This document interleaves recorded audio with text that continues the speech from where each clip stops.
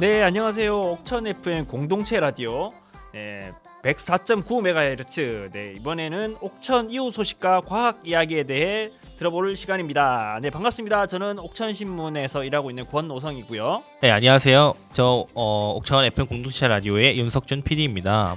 네, 이번 시간에는 먼저 영동과 보은 옥천 공통적으로 해당되는 이야기에 대해 좀 해볼까 합니다. 바로 최근에 작년 말이죠. 네. 작년 말에 특별 사면을 받았던 지역의 어쨌든 유명한 정치인 이재한 민주평통 충북 부의장에 대한 이야기인데요. 이 민주평통 충북 이재한 부의장이 특별 사면 명단에 포함되면서 지역 정가가 좀 술렁이고 있습니다. 이게 아무래도 오는 대선이나 또 지선이 코앞에 다가있기 때문에 그런 것으로 보이는데요. 네. PD님은 네. 이재한 전 지역위원장님에 네. 대해서 잘 모르시죠? 아, 네. 사실 이번에 네. 그 자료 받고 처음 접해보신 분인데요. 저는 네, 사실 그쵸? 네. 네, 그래서 제가 간단하게 한번 설명을 드리면 아마 청취자분들 중에서도 모르시는 분들이 있으실 수도 있으니까 네. 간단하게 한 말씀을 드리면 이분이 민주평통 충북 부의장을 현재 하고 계시는데 네. 새해 특별사면 명단에 이름을 올렸습니다. 어. 그렇다는 얘기는 전에는 무언가에 의해서 선거법 위반으로 인해서 피선거권을 박탈당했던 상황인 건데요.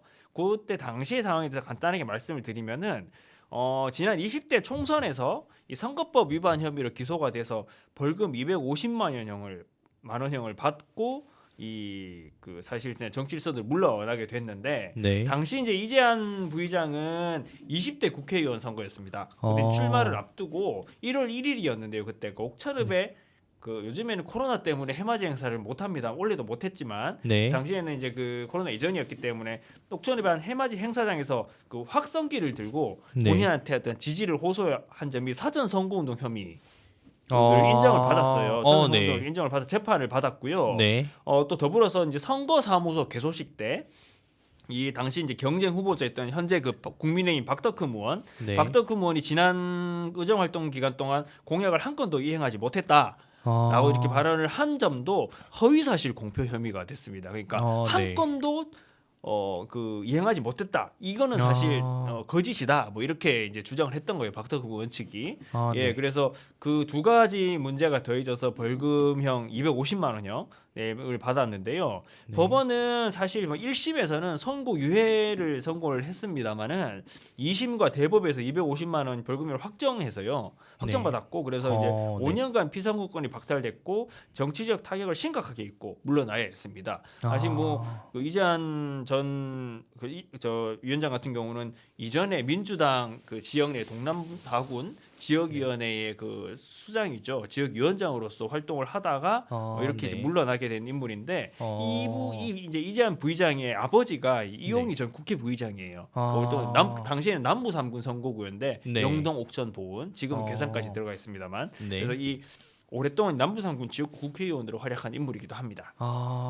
그럼 이 지역의 유력 정치인이다 보니까 이 사면에 대한 기대도 계속적으로 있어 왔겠는데요. 그렇죠. 예. 그래서 벌금형으로 피선거권을 5년 동안 당했지만은 아무래도 선거법 위반을 처음 한 거였거든요. 그러다 보니까 국경일이나 연말이나 이렇게 되면은 사면에 대한 기대가 거의 매번 있어 왔는데요. 네. 근데 이제 문재인 정부가 정치인 사면을 그동안 하진 않았잖아요. 맞습니다. 한 번도 이번이 처음 한 건데 네. 하지 않으면서 사실 매번 이제 기대를 충족하지 못해 왔습니다. 네. 그렇지만은 이제 이재한 부의장은 꾸준하게 본인의 영향을 확대하기 위한 활동들을 해왔어요. 보면 중소기업 중앙에서 선거에 낙선을 했습니다만 출마하기도 했고요. 네. 지난해에는 또 민주평통 충북 부의장 임명되면서 뭔가 활동을 이어왔는데 이번 사면 복권으로 인한 가장 큰 의미라고 하면 역시 이제 이재한 부의장이 정치를 할 수 있는 가능성이 열렸다라는 점이죠. 그러니까 본인도 사면이 되자마자 대선 그리고 이제 3월 대선 6월 지선에 적극적인 역할을 할 것이다 이렇게 밝히기도 했는데요. 네. 대선과 지선에서 공적을 내서 다음 총선 출마 때 지지 기반을 닦아 놓으려 하는 것이다 이렇게 평가가 되고 있습니다. 현행법상 민주평통 충북 부의장은 정치 활동을 할 수가 없어요. 그러니까 뭐 정치 의사 표현이나 이런 것도 할 수가 없는데 부의장 자리를 대리인에 맡기면 가능합니다. 저는 이건 조금 이상하긴 한데 네. 대리인에게 맡겨놓고 언제든지 정치 활동을 할 수 있는 거면은 있다는 게 참. 예, 그거 너무 그냥 편히 약간 편법 식으로 좀 하는 게 아닌가 하는 생각이 좀 들더라고요. 네. 그럼 이 이재한 부의장이 정치 전면에 나설 것을 예고하면서 또 다른 논란도 생기는 듯합니다. 바로 그 현재 민주당 동남부 4군 지역위원회 곽상원 위원장과의 관계 문제인데요. 이 분위기가 어떤가요? 네, 이게 사실 이재한 부의장이 정치계에 복귀를 하면 네. 어떻게 보면 가장 좀 껄끄럽다고 해야 될까요? 아, 불편할 수 있는 분이 바로 곽상원 현 위원장이에요. 네네. 예, 맞습니다. 이 앞서서 제가 이재한 부의장이 벌금형을 받으면서 출마를 못했다고 말씀드렸잖아요. 네. 그때 근데 사실 국회의원 후보를 만드는 게 쉬운 일이 아닙니다. 네, 맞습니다. 그렇죠. 네. 아무나 나와서 뭐 이렇게 하는 것도 아니고 네, 정치 맞습니다. 역량이나 본인의 지지 기반 이런 것들이 오랫동안 탄탄하게 닦아와야 되는 건데 네. 갑자기 그 이재한 부의장이 그 떨어져 나가면서 네. 이 민주당에서는 동남부상을 출마할 인물이 없는 거예요. 그래서 굉장히 혼란을 겪었었는데 이때 네. 등장한 인물이 바로 곽상원 지역위원장이었습니다. 네. 이 곽상원 지역위원장은 혹시 아실지 모르겠는데 노무현 전 대통령의 사위거든요. 혹시 뭐 곽상원 지역위원장에 대해서는 좀 아세요? 곽상원 네, 지역위원장. 네. 사실 네. 잘은 모르고 있습니다. 예, 이분이 사실 지역민들도 잘 몰라요. 당시에.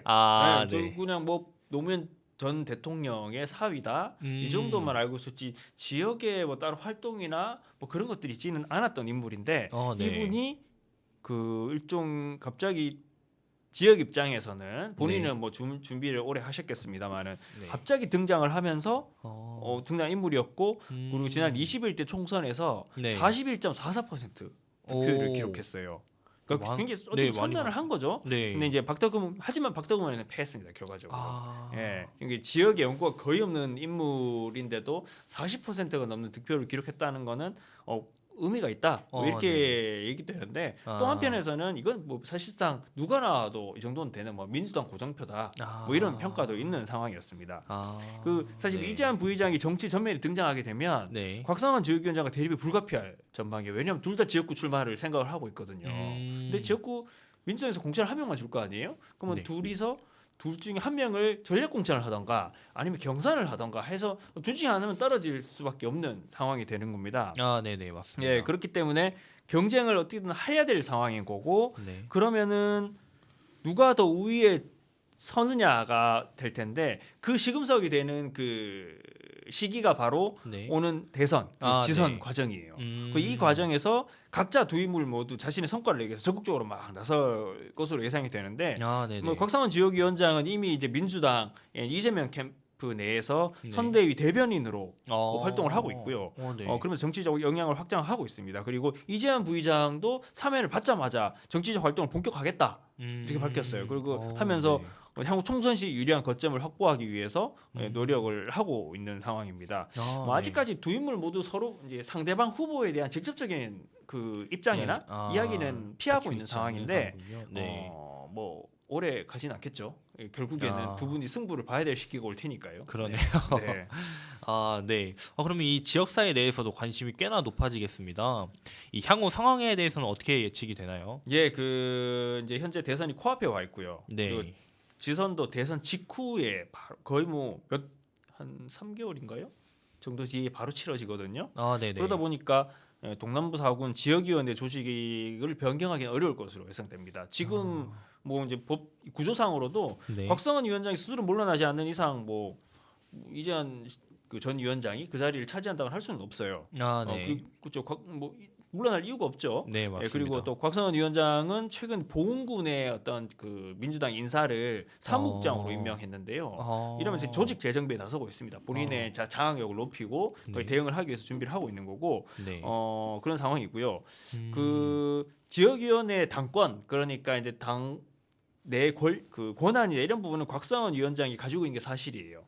구조상 이재한 위원장은 뭐 직책을 맡고 있는 게 아니기 때문에 뭔가 이거에 대해 결정하거나 그렇게 할 수는 없는 건 맞습니다만 근데 이재한 이재한 전 위원장 같은 경우는 오랫동안 지역에서 정치 활동을 해왔거든요. 맞습니다. 그러다 보니까 굉장히 본인 사람이 많고 그런 부분들은 굉장히 이제 강점이 되는 겁니다. 그러니까 네. 이재한 부의장이 벌금형을 받으면서 정치 일선에서 물러난 시기에도 꾸준히 지역사회에서 회자됐었거든요. 이 인물이 그 이재한 위원장은 그렇다는 네. 거는 상당 규모 어떤 지지 세력이 있다라는 거고요. 맞네요. 그래서 네. 이제 이재한 부의장은 조직 바깥에서 네. 그러니까 조직 바깥에서 활동하면서 세를 결집할 것으로 예상이 됩니다. 당장은 대선에서 이기는 게 최우선 목표이기 때문에 두 인물이 뭐 서로 장단점을 보완하면서 뭔가 활동을 하지 않을까 뭐 이렇게 예상이 되기도 하고요. 네. 뭐 문제는 근데 이제 대선이 사실 지역에서 관심 있는 거는 지선이거든요. 네. 네, 대선도 뭐 대선이지만 네. 대선이 끝나자마자 대선 결과에 굉장히 영향을 많이 받을 테고 네, 만약에 맞습니다. 대선에서 민주당 후보가 당선이 되게 되면 네. 다음번 지방선거에서 민주당 굉장히 유리해져요. 맞습니다. 네, 뭐 국민의힘이 될 경우 국민의힘이 유리해지는 것처럼. 네. 그럼 그렇게 되면은 서로 누가 공천을 받느냐 이거에 대한 관심이 굉장히 높아질 때고 구조상 공천은 공천심사위에서 하게 되지만 네. 지역위원장이나 혹은 지역의 그 대표적인 정치인 그 향후 이제 총선에서 그 공천을 받을 만한 그 인물에 대한 영향이 굉장히 커지거든요. 네, 그러면은 서로 이제 이 두 사람이 있는 거잖아요. 맞습니다. 어떻게 보면 리더 대표격을 가질 사람들이 네. 그러면 지역의 당원들 사이에서 굉장히 눈치를 보는 그런 상황들도 연출이 될 것이라는 우려가 높아지고 있고요. 네. 제가 이렇게 취재해본 바로는 민주당 내 인사들 사이에서도 네. 지금 뭐 어디 이렇다 저렇다 뭔가 하기 어렵다. 상황을 좀 지켜봐야 될 것 같다. 그래서 굉장히 네. 좀 조심스러워하는 그런 분위기를 느낄 수 있었습니다. 네. 그래서 앞으로 대선이나 지방선거 이제 어떤 형태로 이제 진행될지 뭐 지금으로서는 예측하기 어렵습니다만은 네. 그게 지역에 분명한 거는 큰 어쨌든 변화들이라든가 바람들이라든가 논란들이 있을 수 있는 거고요. 그게 이제 민주당 내에서는 이 두 사람이 또 있기 때문에 네. 그게 또 복합적으로 또 그 작용을 할 것이라서 한번 좀 관심을 가지고 좀 지켜봐야 될 것으로 예상됩니다. 네, 알겠습니다. 네, 그 뭐 하여튼 말씀 이 정도 한번 드려볼 수 있을 것 같고요. 네. 노래를 한 곡 듣고 네. 다음 이야기로 넘어가도록 하겠습니다. 네. 뭐 신청하실 노래가 있으실까요? 그 어쨌든 네. 이재한 부의장이 네. 사면 복권 되셨으니까 네. 그리고 또 곽상원 위원장도 네. 이 활동들을 본격화하고 있잖아요. 대변인 맞습니다. 활동을 하면서 그래서 네. 뭐 우리 지역에 있는 꼭 비단 민주당뿐만이 아니라 지역에 네. 있는 모든 정치인들이 이제 훌훌 날아야 될 때이기 때문에 네. 준비했습니다. 이적의 하늘을 달리다 들어보겠습니다. 네, 알겠습니다.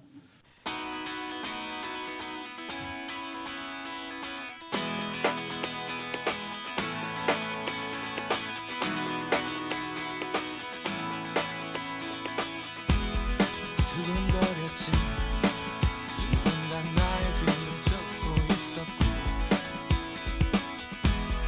검은 절벽 끝더 이상 발 디딜 곳 하나 없었지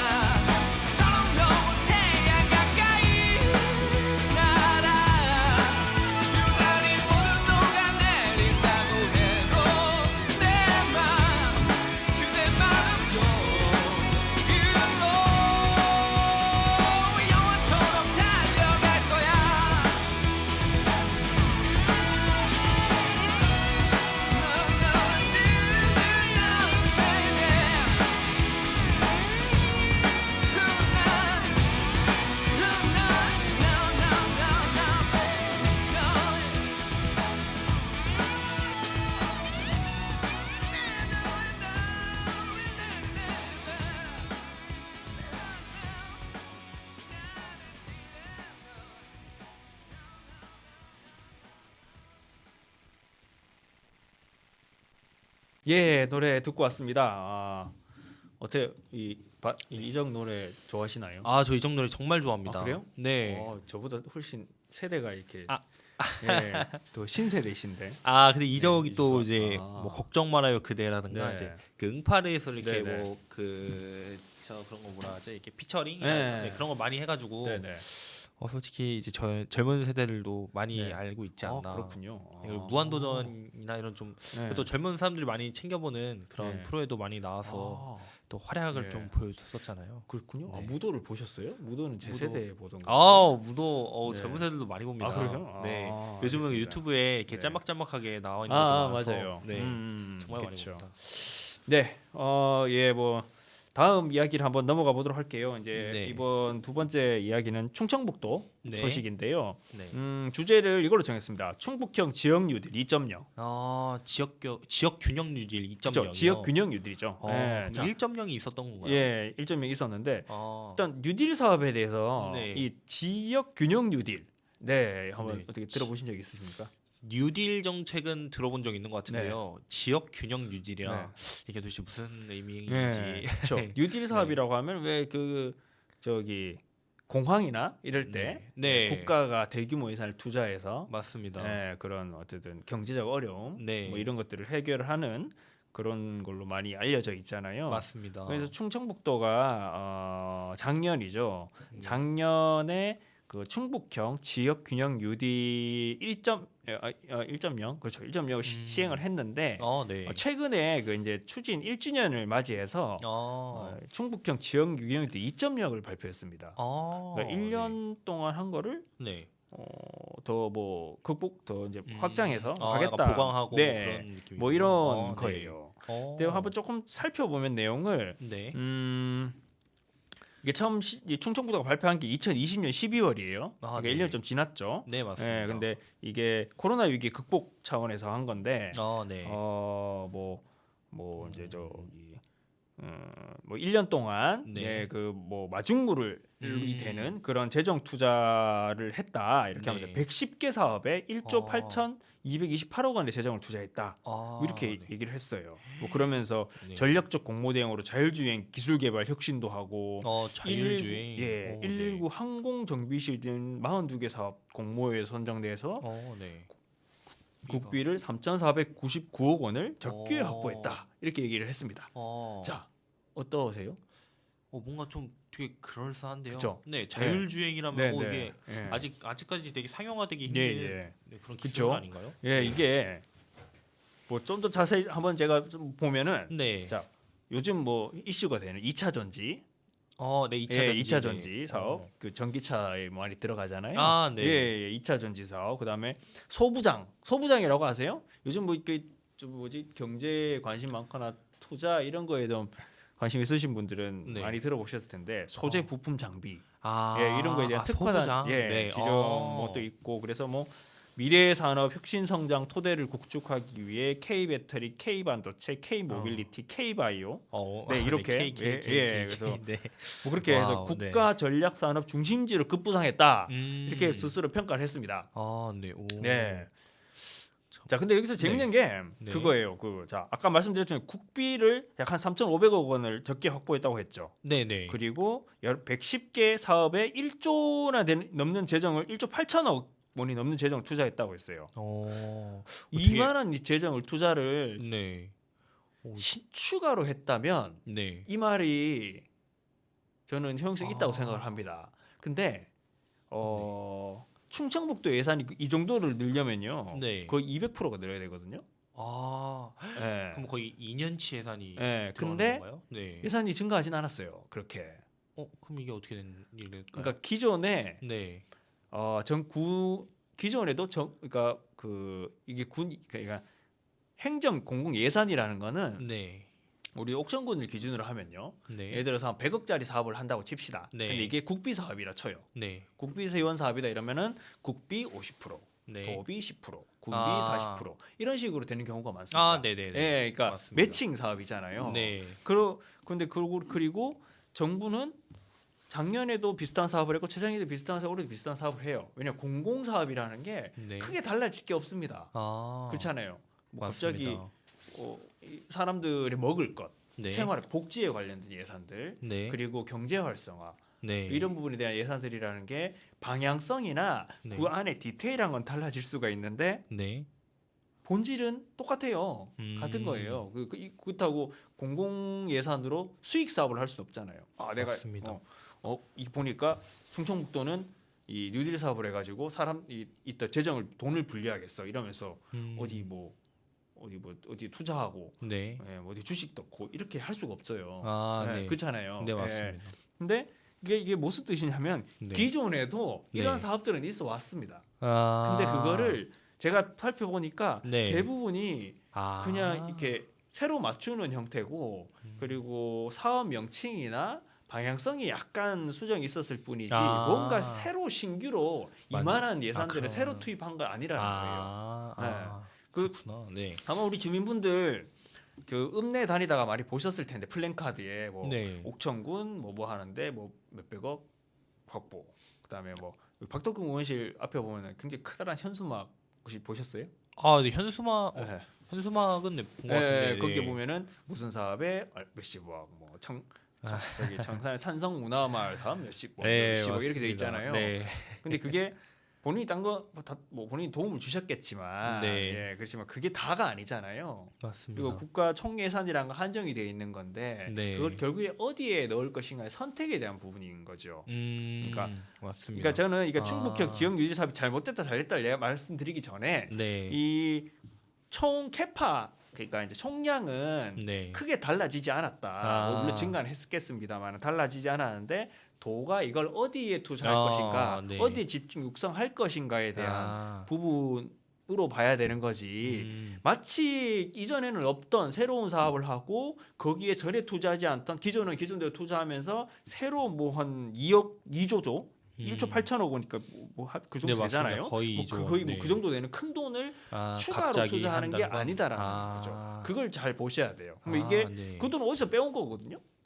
아니면 기존 사업의 이름을 바꿨거나 어디서 다른 걸 빼왔거나 맞네요. 네. 투자를 기존에는 A 방향으로 하던 걸 B 방향으로 바꿨다던가 그렇게 된다는 거죠. 네. 그러니까 무슨 말인지. 이 라디오 듣는 청취자분들도 네. 그거를 좀 미리 좀 인지하시고 네, 얘기를 네. 좀 들어보셨으면 좋겠습니다. 네, 알겠습니다. 그 충북형 지역 뉴딜 이게 보면은 조금 네. 더 살펴볼 필요가 있는데 네, 네, 네. 한 4대 분야 4대 분야를 가지고 진행을 하고 있어요. 네. 자, 디지털과 그린, 휴먼, 공간 뉴딜 이렇게 얘기하는데 네. 뭐 디지털 뉴딜은 뭐 스마트 SOC 사업, 아무래도 IT 분야가 예, 있죠. 뭐 네. DNA 융합 및 초연결 신산업 강화. 되게 멋져요 이름이. 그린 뉴딜도 보면 네. 탄소 중립 산업 생태계 구축한다. 생활 인프라 녹색 전환한다. 기후 변화에 대응한 그린 생태계를 회복한다. 좋은 얘기 많이 들어가 있습니다. 네, 그리고 좋습니다. 휴먼 뉴딜을 보면은 취약 약간 계층의 격차 해소. 계층 간데 네, 취약 계층 격차 해소 얘기하는데 요거는 취약 계층 격차에 재작년에 됐고 그러네요. 2년 전에 됐고 3년 전에 됐습니다. 네. 그 사업이에요. 그다음 청년 공간 관련도 청년 사업도 꾸준하게 그렇죠. 해오지 않았나 네. 싶은데요. 공간 뉴딜을 보면은 뭐 균형 발전, 견인한 성장축을 건설한다. 과학기술 혁신 공간을 조성한다. 네, 뭐 다 좋습니다. 뭐 그래서 이런 것들을 하겠다는 건데, 네. 그래서 뭐 지난 1년이 그 기반을 다지는 단계였다면은 네. 올해부터는 이 네 가지를 통해서 미래 산업 경쟁력을 더욱 강화하고 네. 글로벌 디지털과 그린 그린 이런 부분들이 강한 네. 충청북도로 도약하겠다라는 뭐 이런 내용이에요. 근데 네. 저는 네. 저는 이걸 보면서 굉장히 허탈함을 좀 느꼈어요. 사실 이걸 보면서. 어떤 부분에서 네. 일단은 네. 자 여기서 구체적으로 뭔가 이게 딱 이렇게 걸리는 게 있습니까? 피디님 보시기에. 약간 좀 두루뭉술한 느낌이 좀 있긴 하죠. 네. 제가 뭐 이게 이 방송에서 다 말씀드릴 수는 없습니다만은 12대 전략 29개 과제에서 256개 사업으로 해서 17조를 투자한다고 나와 있는데 이걸 제가 쭉 봤는데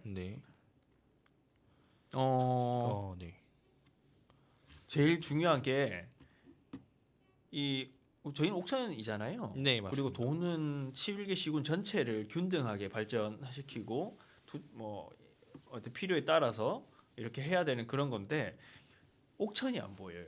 이 사업에서. 그게 가장 큰 문제입니다. 옥천. 어떤 말씀이냐면 네. 자 하나부터 하나씩 볼게요. 네. K 반도체 벨트 구축을 선도하겠다고 했어요. 네. 옥천에 K 반도체 관련된 사업 없습니다. 맞습니다. 그리고 뭐 저기 뭐죠? 가상 융합 제조 문화 환경을 구축하겠다는데 어떻게 네. 하겠는지 잘 모르겠어요. 근데 이와 관련 옥천 예산 없어요. 네. 그리고 그 2차 전지 클러스터 세계 1등의 2차 전지 클러스터를 조성하겠다. 네. 옥천 없습니다. 그럼 음. 제가 옥천과 관련된 게 뭐가 있을까 봤는데 네. 사실상 없어요. 음. 네. 그나마 이제 국가 균형 발전을 위한 강호축 건설 여기에 강호축에 옥천이 뭔가 들어있긴 합니다만은 네. 그 강호축이라는 게 그 이제 인접한 도와 같이 이렇게 묶어가지고 일종의 이제 그 초광역 인프라 구축하는 메가시티 요즘 한참 유행하는 메가시티 네네. 예 그거의 한 형태라고 보셔도 무방한데 네. 물론 이제 강호축이라는 거는 나중에 남북이 통일됐을 때 북한과도 연결할 수 있는 그런 더 규모는 큰 겁니다. 이를 그렇긴 합니다만은 네. 그런 것도 있지만 이건 철저하게 네. 청주 중심이에요. 아무래도 이 모든 네. 사업들이 청주, 중부, 그다음 북부권 이런 뭐 그 진천이나 음성과 같은 이런 최근에 이제 뜨는 도시들 그쪽에 대해 초점이 맞춰져 있습니다. 근데 옥천은 없어요. 그러니까 이 사업을 쭉 제가 29개 과제를 쭉 봤습니다만은 네. 아무리 봐도 지역 그냥- 균형이라 할 만한 그렇죠. 그런 그러니까 부분들이 청년 없는 취창업 지원이나 돌봄 네. 격차에서 이거 기존에도 하던 거거든요. 거군요. 이런 것들은 뭐 새로울 게 아니에요. 뭐 그렇다고 뭐 의료 격차 해소를 한다고 하는데 의료 네. 격차를 해소하면 남북권에 가장 중요한 게 뭡니까? 예. 남북권에만 의료원 공공 의료 시설이 없어요. 네. 맞습니다. 중부랑 북부는 공공 의료 기관이 있습니다. 근데 남북권에만 없거든요. 근데 이런 부분들을 하겠다라는 건 제가 이해를 하겠어요. 네. 근데 그건 없습니다. 그러니까 이거는 의료 격차에서 취약계층의 격차에서 의료 격차 해소를 한다는 거는 다른 개념의 사업일 거예요. 네, 저 정확히 거기까지는 알아보지 못했습니다만은 근데 네. 그러니까 이런 것들은 눈에 보이는 것들이 없는 거군요. 네. 네. 그러니까 굉장히 뭔가 돈도 많고 네. 어딘가에 집중된다는 건데 옥천이 안 보인다는 건 뭐겠습니까? 옥천 쪽에는 지원이 많이 떨어지지 않는다. 네. 그 뭔가 충북은 중심이 다른 청주거든요. 쪽, 예. 청주의 대부분의 투자가- 자원들이 투자가 되겠구나라는 걸 그렇구나. 예측할 수 있는 거예요. 맞네요. 예. 그리고 메가시티 되면 메가시티를 할 때 네. 메가시티 말씀드린 광역철도 네. 옥천이 지금 대전 연결이 되잖아요. 네, 맞습니다. 광역철도 얘기를 할 때 네. 청주에서도 광역철도 연결해달라는 요구를 엄청나게 강하게 했습니다. 그걸 그걸 누가 했냐면 청주도 했지만 충청북도가 앞서서 했어요. 지사가 다니면서 뭐 정부 찾아다니고 했었는데 옥천 대전 광역철도 연결할 때 어땠는지 아세요? 어떻게? 별 관심을 안 가졌어요. 예. 저희 옥천 신문에서 그때 이제 지방선거 당시에 토론회 하고 요청해서 물어보고 네. 인터뷰 때 얘기하고 이렇게 해서 그나마 끌어왔던 끌어왔던 거고 사실 대전이랑 연결하는 거에 도 입장을 했습니다. 대전이랑 연결하는 거에 네. 굳이 왜 뭐 도비를 이렇게 해야 되는지 모르겠다. 당시 입장이 그랬거든요. 이건 도가 도의 관심이 어디 있는지 상징적으로 보여주는 거예요. 그러니까 도지사 입장에서는 그렇습니다. 가장 표가 많거든요 거기. 청주가. 네, 네. 옥천 인구 해봐야 5만이잖아요. 청주는 맞습니다. 60만이 넘습니다. 맞죠. 거기에 투자해서 거기 잘 되면은 본인의 지지율 올라가고 그렇겠죠. 근데 선출직은 네. 단순하게 표만 먹고 사는 사람들이 아니잖아요. 맞습니다. 네. 본인이 공적인 역할이 네. 부여받은 사람. 그게 더 중요한 그리고 임무죠. 균형 발전을 해야 된다고 하잖아요. 네. 균형 발전해야 된다고 말을 하면서 그 균형이라는 게 도대체 왜 전국에서 비교해봤을 때 충청북도가 열악하다. 그렇기 때문에 청주를 육성해야 된다. 왜 거기까지밖에 그 인식을 못하는가? 도내에서 그 소외받는 지역이 어딘지. 뭐 이렇게 봐야 되는 거잖아요. 옥천 군수 같은 경우면은 옥천도 사실 읍에 굉장히 많은 인프라가 집중되어 있고 예산 투자가 많이 이루어지는 곳입니다만은 네. 군수고 군의원이고 지역에 있는 선출직 정치인이라면은 그리고 균형 발전을 해야 된다고 생각을 한다면 면에 신경을 써야 돼요. 맞습니다.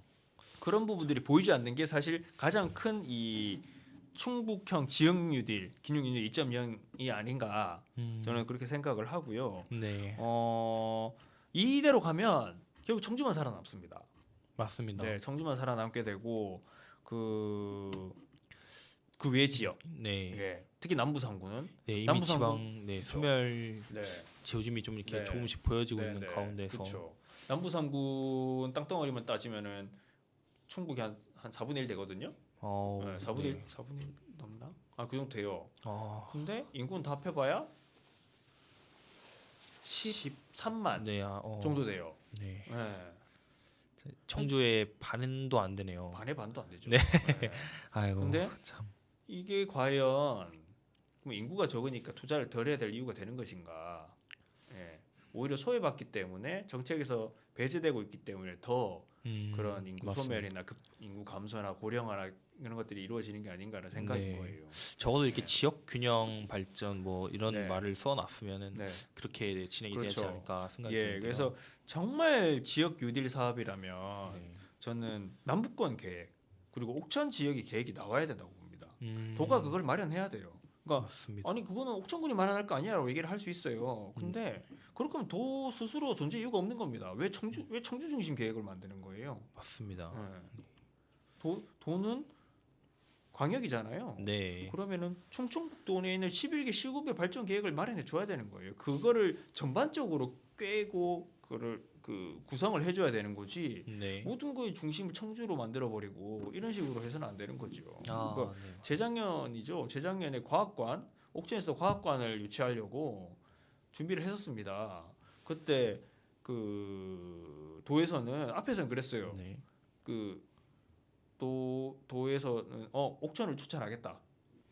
네. 근데 정작 뚜껑을 열어보니까 네. 청주에 과학관 관련 시설이 결정돼 버린 거예요.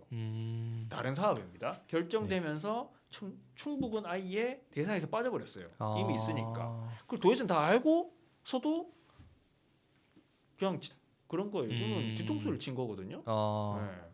저는 그거 굉장히 기분 나빴어요. 그래도 된다고 생각을 하는 거예요. 충청북도, 충북은. 청주가 중요하다라고 이제 보고 있는 거고요. 그런 시각들을 바꾸지 않으면 네. 사실 지역 소멸 그리고 네. 뭐 청주에서는 제가 청주에 일주일에 한 번씩 갑니다만은 네. 청주에 가면 그런 얘기를 많이 합니다. 도청에 가면 옥천은 토감 대전 가려고 하지 않냐. 네, 대전으로 뭐 이렇게 붙으려고 하지 않냐 이런 얘기를 하더라고요. 제가 어제 갔는데 제가 공보관실에 갔었는데 어떤 분이 그런 얘기를 하더라고요. 또 이게 도가 딱 옥천을 바라보는 시각이구나. 너네들 어차피 대전 가려고 하지 않냐 이거예요. 근데 왜 대전을 가려고 하는지를 생각해 보라는 겁니다. 저는. 네. 사람들이 왜 대전을 선택할까? 맞습니다. 대전이랑 연결을 하려고 할까? 네. 그건 사실 본인들이 반성해야 될 부분인데 오히려 책임을 이쪽으로 넘기고 있는 거죠. 맞습니다. 그러면 저는 사실 뭐 이와 관련해서는 또 좀 드릴 말씀도 많은데 뭐 이 정도로 네. 정리를 하고요. 네. 아무튼 그 지역 뉴딜 사업 네, 이 맞습니다. 부분은 좀 개선이 좀 필요하다고 저는 보여지고 네. 이런 부분에 대해서 그러니까 옥천 지역이죠. 옥천 지역에 있는 정치인 선출직 네. 그리고 옥천군이 나서줘야 됩니다. 여기서 옥천 계획을 마련하라고 하고 네. 옥천에서 계획을 세워서 거기에 포함시켜 달라고 해야 돼요. 맞습니다. 네, 네. 그런 부분이 좀 필요할 것으로 보입니다. 네, 여기 뭐 미호강 프로젝트도 보면은 이 미호천 얘기인 것 같은데 맞습니다. 이 미호천인도 청주랑 관련돼 있는 그쵸. 하천 아닌가요? 네. 이런 여기 좀 구체적으로 나와 있는 것들 네. 보면 청주랑 많이 네. 연관돼 있는 게 좀 보이는 것 네, 같습니다. 예. 참 그런 부분에서 좀 씁쓸함이 느껴지네요. 네. 네. 그렇습니다. 네. 하여튼 뭐 그렇고요. 이제 노래 한 곡 네. 들었으면 좋겠는데요. 아, 이번에 네. 피디님이 한번 추천해 주시죠. 저 이렇게 좀 씁쓸한 분위기 좀 기분도 전환할 겸 좀 신나는 노래를 한번 뭐 분위기 전환 좀 해보고자 네, 하는데 좋습니다. 네, 이 트와이스의 사이언티스트 함께 듣고 가시죠.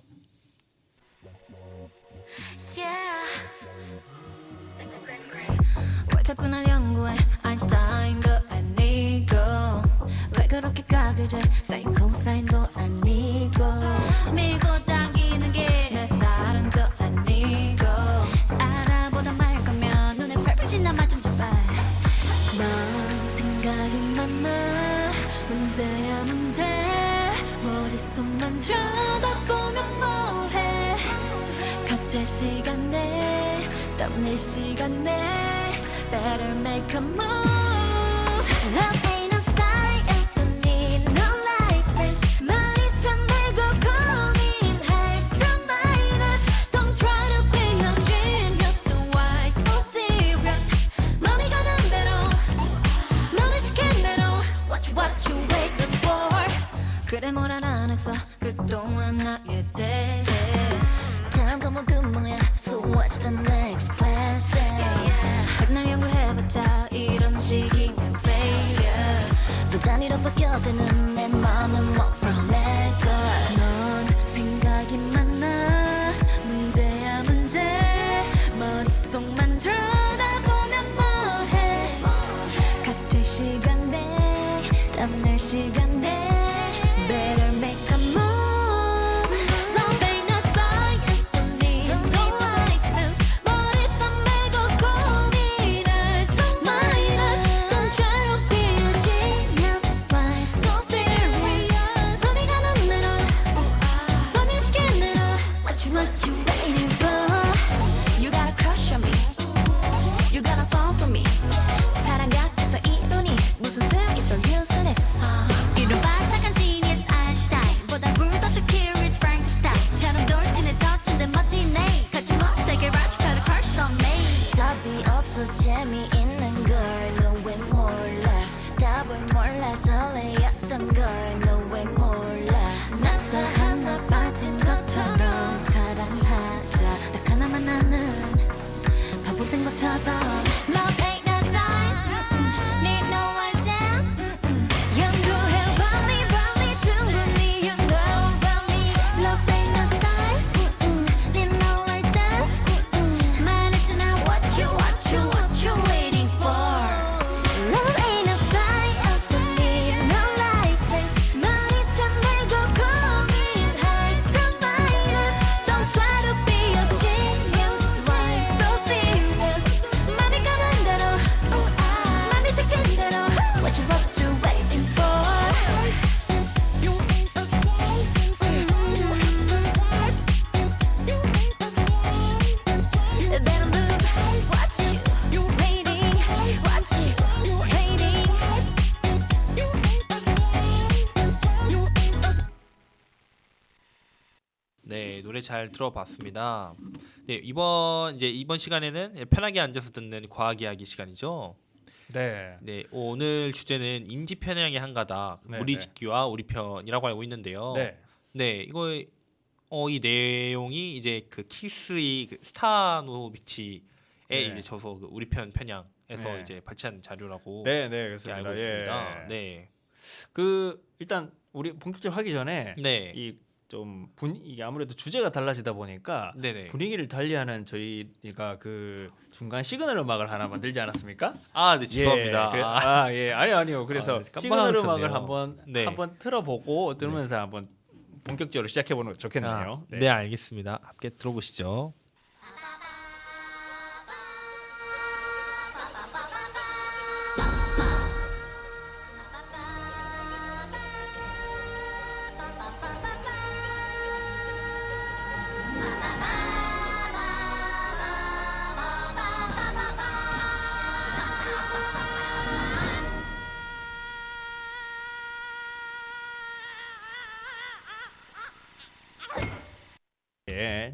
이 끝까지 막 노래를 부르려고 하는 네, 저 미니언즈 캐릭터죠. 네. 네, 맞습니다. 네, 그 이번에 그런 것처럼 우리 과학에 대해서도 네. 한번 끝까지 한번 탐구를 해보자. 아, 네, 네, 뭐 이렇게 한번 생각해 주셨으면 좋겠고요. 네, 그 말씀하신 것처럼 이번에 듣는 건 이제 우리 인지 편향. 요즘 한 5, 6년 사이에 굉장히 네. 관심 많이 받는 심리학 아, 네, 부분이죠. 네. 네, 심리학에 이제 인지 편향의 한 방향 그 가닥입니다. 한 특징인데 네, 이 키스 스타노비치가 이 사람 이분의 그 이야기를 제가 그 바탕으로 해서 제가 좀 미리 잘 알아봤다는 점 미리 좀 밝혀드리고요. 아, 네네. 예, 자세한 뭐 정확한 출처는 이제 과학 잡지 스캡틱이라고 네. 그 잡지가 있습니다. 이제 아, 거기에 네. 실린 그 무리짓기 본능과 우리 아. 편향이라는 글을 바탕으로 제가 했다는 점 참고하시면 될 것 같고요. 네.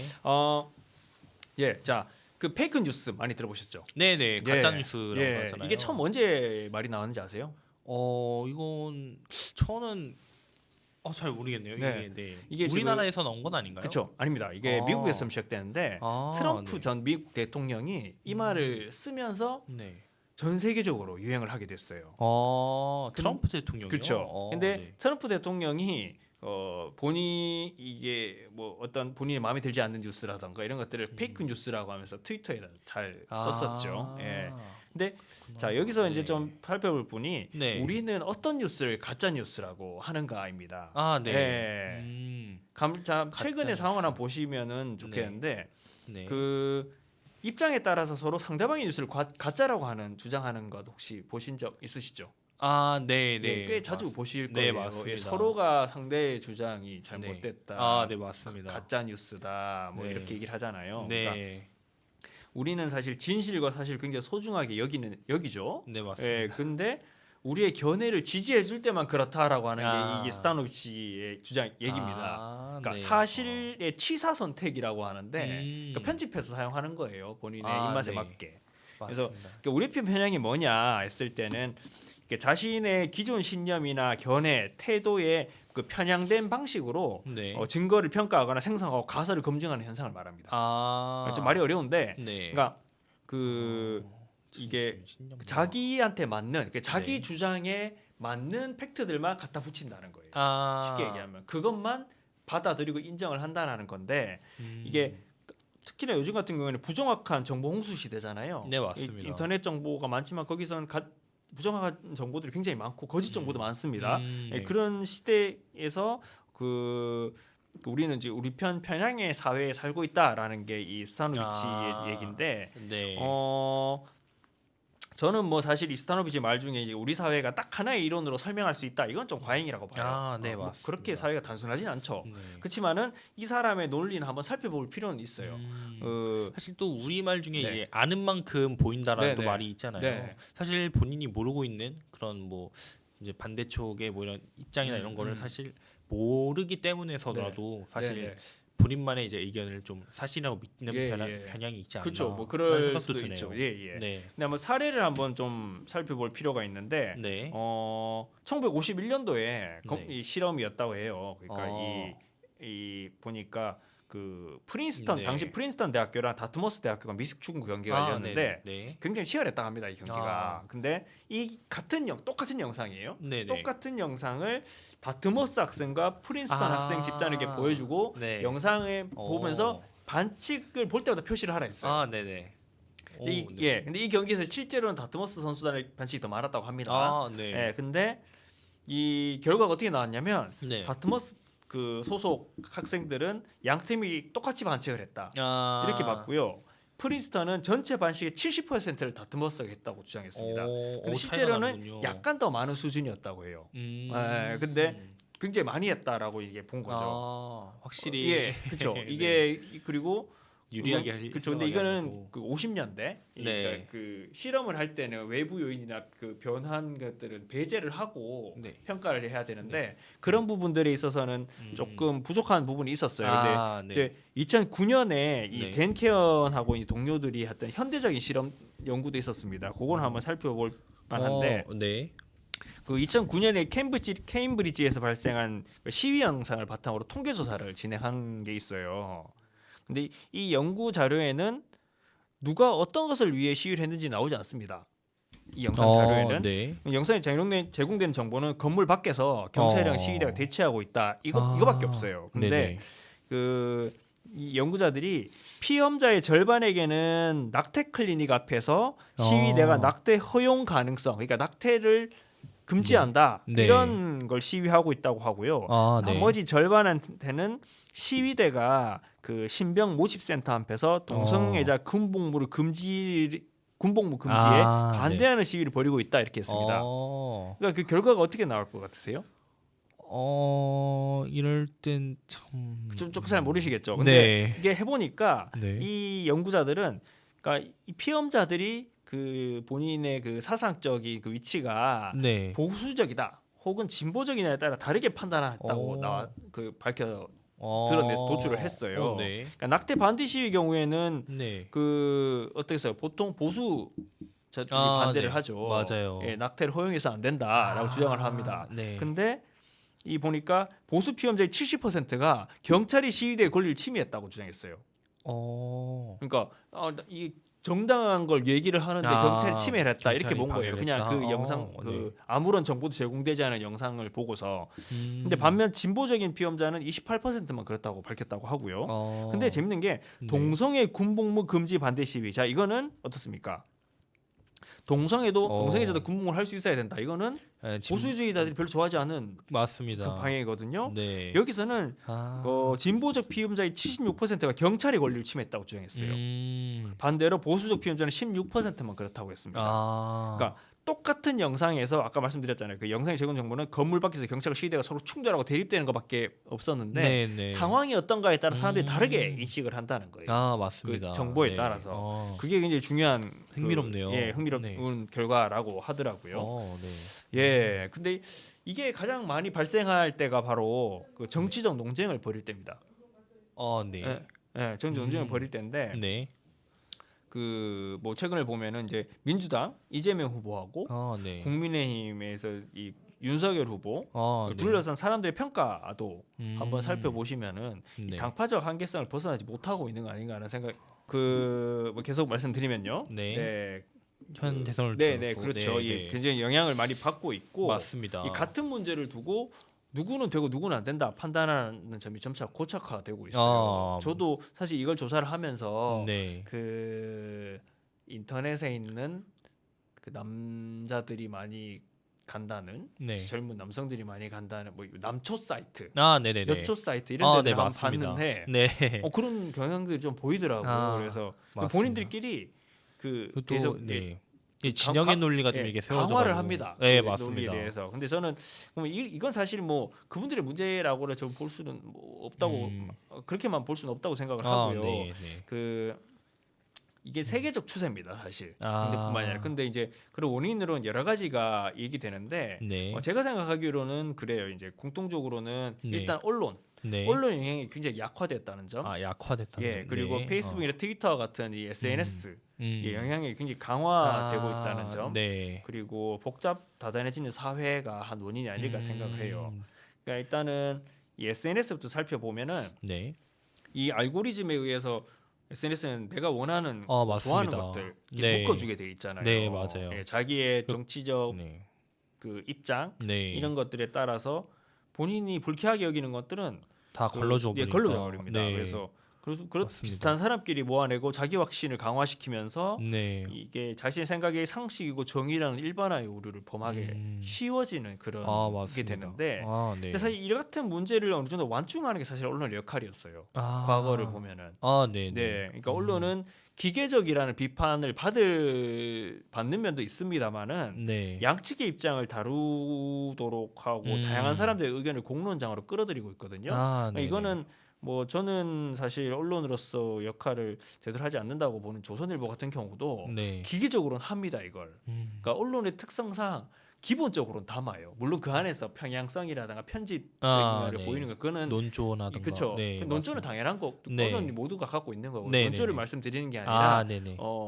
사실 왜곡이나 이런 부분들을 약간 정치적 편향성이라든가 그런 것들을 의도적으로 좀 이렇게 편집을 하는 부분들이 그거 있는데 그거는 그 언론의 문제가 아니라 그거는 그 언론사의 문제인 거죠. 언론 자체 언론이 이런 문제를 본질적으로 맞습니다. 이런 거는 아니라는 건데 네. 근데 어쨌든 끌어들이거든 사람들이 자기 반대 의견도 형식적으로 넣게 돼 말입니다. 암만 넣기 싫어도 형식적으로는 들어가요. 근데 이 언론의 신뢰도가 지금 굉장히 추락하잖아요. 뭐 이제는 맞습니다. 사람들이 신문 심지어 보는 비율은 기레기라는 소리까지 나오고 있으니 신문 거의 안 보고요. 네, 맞습니다. 신문을 보면 신문을 왜 보냐고 물어보는 사람도 있더라고요. 그리고 방송도 잘 보지 않고 믿지 않는 시대가 됐어요. 그렇죠. 신문만 보더라도 저도 사실 뭐 조선일보를 잘 믿지 않습니다만은 그 믿지 않는다는 거는 신념에 대한 부분이잖아요. 일종의 믿음에 대한 부분인데 저는 조선일 신뢰하지는 않아요. 그렇게. 근데 사람들이 조선일보 믿지 않아. 한겨레는 믿지 않아. 뭐 저희 옥천신문을 믿지 않는 사람도 있습니다. 네. 뭐 그렇게 이렇게 믿지 않는 시대가 됐어요. 그러다 보니까 내 생각에 맞는 그런 신문이나 방송은 정론 네. 그리고 그렇지 않은 신문은 찌라시. 아까 말씀하셨던 기레기 이렇게 네. 치부하고 받아들여 버리질 않아요. 근데 여기에 요즘에 최근에 물론 과거에 있었습니다만 요즘에서야 드러나고 네, 수면 위로 많이 드러나고 많이 좀 사회적으로 이슈가 그쵸, 되고 이슈가 있잖아요. 되고 네, 이게 맞습니다. 사회의 한 구성 네. 그 가치로서 자리 네, 잡아가는 네. 단계라고 보는데 네, 맞습니다. 이게 뭐 동성애라든가 성평등 네. 문제라든가 페미니즘 네. 문제라든가 네. 장애에 대한 문제라든가 맞습니다. 이런 다양한 가치관이 공존하는 시대가 되고 있거든요. 그럼 맞습니다. 사회는 굉장히 복잡다단해졌습니다. 이 같은 변화에 적응하려면 사람들이 전부 다 많은 정보를 처리해줘야 돼요. 근데 그게 굉장히 힘들거든요. 맞습니다. 스트레스 받는 일이고 네. 그러다 보니까 나와 생각이 맞지 않는 사람들 얘기를 더 받아들이시지 않는 거 아닌가 이런 생각이 들더라고요. 맞습니다. 자 보통 흑백 논리라고 하는데 네. PD님, 흑과 백 사이에는 그죠. 회색도 있고 네. 밝은 회색도 있을 수 네. 있고 심지어 네. 검정색도 네, 네. 그냥 일반 검정이 있을 수도 있고 네. 뭐 제타 블랙이 네, 있어도 네. 엄청 많잖아요. 그뿐만이 사실. 아니라 네. 흑과 백 사이에는 그 유성색이라 그러나요? 유채색, 네네. 유채색도 있습니다. 네네. 그 사이에 있어요. 맞습니다. 네, 그 사이에 다 있는데, 예, 맞습니다. 근데 이것들은 흑백만 남겨놨거든요. 네. 그러면서 그런 정체성, 다양성을 네. 파괴하는 그런 문제를 낳는다 이렇게 생각이 네. 됩니다. 네. 그래서 그 이제 스탄호프 씨 같은 경우는 마음의 편식이라고 이렇게 표현을 하던데 네. 우리 이제 이분은 우리의 신념에 대해서 회의적일 필요가 있다 이렇게 얘기를 해요. 네. 예. 그러면서 그 뭔가 네. 이 진영 논리 강화하는 거 이런 거에 대해서 스스로가 약간 거리를 두고 네. 내 판단이 맞는가에 대해서 계속 이 생각을 하라고 하는데 네. 저는 그렇습니다. 그래서 그러니까 우리는 익숙한 걸 좋아하고요. 네. 그리고 새로운 것을 불편해해요. 당장 맞습니다. 저만 해도 그렇습니다. 그리 맞습니다. 편해요. 저는 사실. 근데 맞습니다. 젊은 더 훨씬 지금 청년들은 네. 영상을 편해하죠. 맞습니다. 글을 보는 걸 답답해하고요. 네. 그리고 근데 이건 당연한 거 기본 뇌가 그렇답니다. 뇌는 쉽게 피로해하고요. 네네. 그리고 쉽게 과거 경험과 인습에 사로잡힌다고 해요. 그러니까 내 경험, 내가 경험 그거를 거기 네. 그게 그러면은 생각을 안 해도 되거든요. 맞습니다. 그렇죠. 한번 이건 괜찮은 거야라고 판단이 되면 그 다음에는 또 그 검증 과정을 거칠 필요가 없잖아요. 맞네요. 네. 그래서 근데 우리가 세상을 보다 정확히 보고 판단을 하려면 네. 다른 사람의 관점을 받아들이고 네. 관점을 바꿔 생각해 볼 수 있도록 하는 연습이 필요하다라고 얘기해요. 네. 이건 정말 연습이 필요합니다. 맞습니다. 또 너는 네 생각 그러네요. 틀렸어. 이래버리면 더 생각할 게 없어요. 그러네요. 맞습니다. 근데 한 근데 번 더 생각을 해보면서 그렇죠. 근데 네. 과연 내가 옳은가에 대한 고민을 해야 된다는 거고요. 저는 이제 이 얘기를 할 때 많이 드는 예가 이 그 신영복 선생 네네. 군사 독재 시대를 양심수로 해서 이제 20년 20일을 감옥에서 보냈는데 네. 이 신영복 선생의 글귀를 제가 자로 인용을 합니다. 그래서 이 나침판의 바늘끝 이야기를 이분이 하셨는데 나침반의 바늘끝이 끊임없이 흔들리면은 신뢰를 해도 된다. 네. 그건 믿어도 되지만 떨림없이 고정되어 있다면 그건 믿어서 안 된다고 얘기를 하셨어요. 이게 실제로 그래요. 나침반은 그 정남향을 정확히 가리키려고 네. 하는데 정확히 못 가리킵니다. 왔다 갔다 해요. 이거는 뭐 이 본인이 틀렸을 수도 있다라는 그런 떨림, 그래도 회의 이런 거를 의미하는 거거든요. 그리고 그 근처를 계속 이게 바이든 맴돌잖아요. 근데 이게 고정돼 버리면 고장 난 거예요. 나침반이. 그래서 저는 이건 신기하네요. 그렇죠. 그래서 이 신영복 선생은 이제 이를 바탕으로 해서 자신이나 집단의 생각이나 신념을 끊임없이 또 회의하라는 의미로 이제 말을 했는데 네. 나의 생각과 판단에 문제가 있거나 무슨 있을 수 있다. 네. 그리고 거슬리는 상대 의견을 받아들이고 나의 생각과 함께 사고하는 과정. 이게 네. 있어야지 사실 진정한 화합이 이룰 수 있다고 이렇게 보셨거든요. 저는 네. 사실 우리 편 편향이라는 이런 심리적 특징은 결국 나를 가두는 거라고 생각해요. 나의 인식의 영역, 네. 나의 판단의 영역을 너무 협소화시키는 거고 단순화시키는 거고 왜곡시키는 거라고 보고요. 그런 네. 것들 좀 극복했을 때 우리도 훨씬 더 자유로워지지 않을까 아, 이렇게 생각을 합니다. 아, 네. 정말 말씀 좋은 말씀 정말 감사합니다. 네. 네. 그리고 신영복 선생 계신 네. 정말 저 깜짝 놀랐네요. 네. 이런 줄은 몰랐어요. 나침판이. 이분은 굉장히 깊은 통찰을 가지신 네. 분이에요. 정말 기회가 엄청나신데요. 되시면 다양한 책이 있으니까 한번 읽어보시는 것도 추천드립니다. 네, 감사합니다. 네, 오늘 이렇게 과학 이야기는 이렇게 이야기를 마무리해 볼 텐데요. 오늘 정말 좋은 얘기 많이 들었고요. 그리고 저도 앞으로 세상 살아가면서 정말 끊임없이 고뇌하고 생각하는 사람이 네. 되도록 해야 할 것 네, 네. 같습니다. 네, 이제 이렇게 과학 이야기 시간은 맞춰보고요. 그 시그널 뮤직 들으면서 이제 이만 오늘 옥천이 그 이웃 소식과 과학 상상 이야기 맞춰보도록 하겠습니다. 네, 수고하셨습니다. 네, 감사합니다.